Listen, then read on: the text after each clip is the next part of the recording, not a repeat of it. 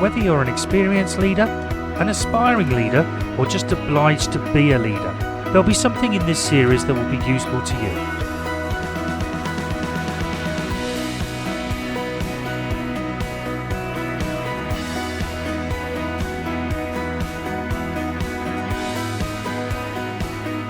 Welcome to episode 2 of the programme on why failures and mistakes happen and what to do to avoid them.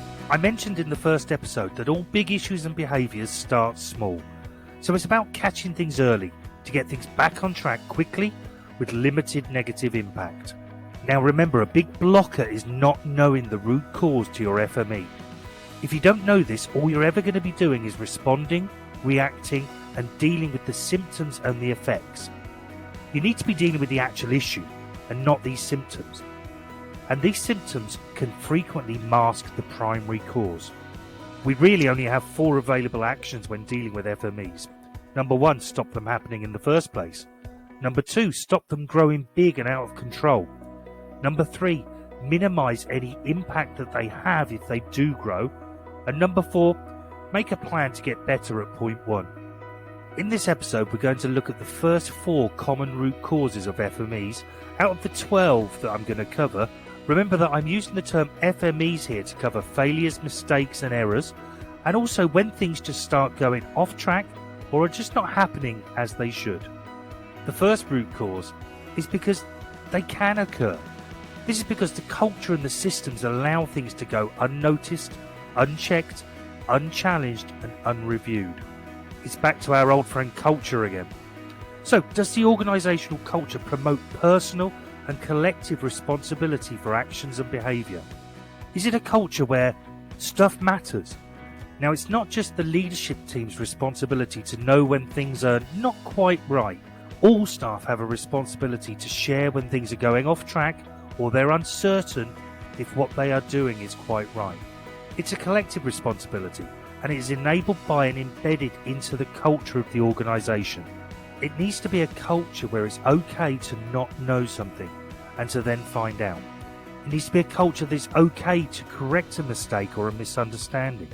So, have you got a clear strategy for checking that everyone is on the same page as each other? What are the opportunities?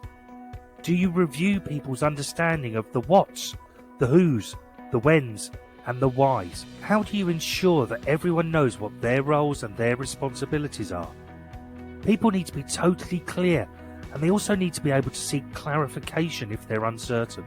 To avoid and minimise the impact of this FME, you need to have created a culture where people feel safe not to know something, but do know how to get support when needed, do know how to progress to a position of knowing.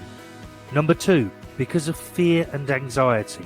Now, this is a big performance blocker, and we're not talking here about being fearful of safety, well hopefully we're not, but rather a fear of getting things wrong, a fear of something they don't understand or haven't done before, a fear of failure, all of which lead to anxiety, which can spiral and cause more fear. Fear and anxiety can inhibit and paralyse people's behaviour and their thinking. These feelings can snowball quickly. They can also be hidden because people might not want to have their fears and anxieties exposed because, ironically, of a fear of being judged or valued negatively. These are some of the signs and signals that are caused by fear and anxiety.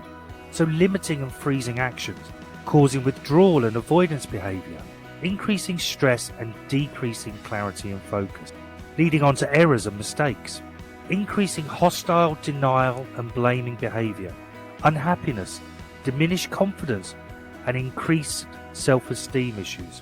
These are some of the things that cause fear and anxieties. So we need to identify and remove them. Not knowing or understanding something, feeling isolated and unsupported, unclear structures, processes and routines, situations and activities that are unfamiliar, unrealistic and unachievable expectations, not feeling safe enough to take risks, make mistakes and then learn from them. So, how are you checking that your team are not anxious or concerned about their role or work? You need to be available, be approachable, ensure that people know and can see that you are. Do your current systems ensure that fear and anxieties within the team can be addressed in a timely manner and then reduced? Is your team sharing any fears and anxiety with you and with each other? If not, why not? Or more to the point, are they sharing some of the possible causes? I.e., if they are concerned about something new or when they are feeling under too much pressure. Root cause number 3. Because of competing priorities. Now, this is a classic case of dropping the ball. Sometimes when there is so much going on, things get missed, sidelined, rushed, corners cut, and so on. So, are priorities and changing priorities clearly communicated? Are you also ensuring that workloads are distributed fairly? If people don't know what the current priorities are or unaware of any changes, they can't adapt and plan for them. Is everyone's workload and the expectations put on them realistic and achievable? Are you also providing guidance to support people around how to actually plan for getting things done? Planning workloads is a work skill and it needs to be coached and needs to be supported. The 4th root cause that we're going to look at in this episode is because someone just forgot. Now it happens, we're all human. So how do you keep important tasks and activities front and centre in people's mind? Things go wrong all the time. So how do you refocus your team on managing this and getting things back on track? As I've mentioned, sometimes people will forget things. It's just much better if they remember sooner rather than later. Don't forget to like and subscribe to the channel. And remember that next week we'll be uploading episode 3 of this program, which will cover another 4 root causes of FMEs. We will be adding new content each week, so don't forget to like, subscribe and hit that alert bell to get notified when we upload a new program. If there is a particular area or issue you'd like us to cover during the series, leave us a comment or send me an email. I look forward to hearing from you.